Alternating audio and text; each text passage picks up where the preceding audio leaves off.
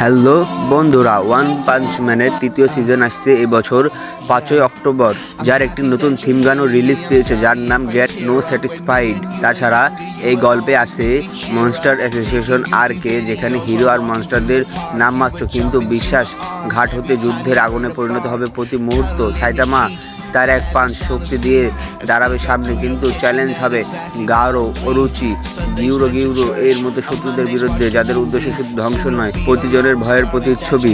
ছবি, রং আর আর্ট ওয়ার্কের আশাবাদ আছে, কারণ বিজ্ঞাপন, ট্রেলার এ দেখা গেছে সিজন 2 থেকে অনেক জায়গায় উন্নতি হয়েছে। প্রোর প্রভাব, ছায়াছবি, রেন্ডারিং সব কিছুতেই যেন এক আগের গ্লোরি ফিরে পাওয়া যাবে।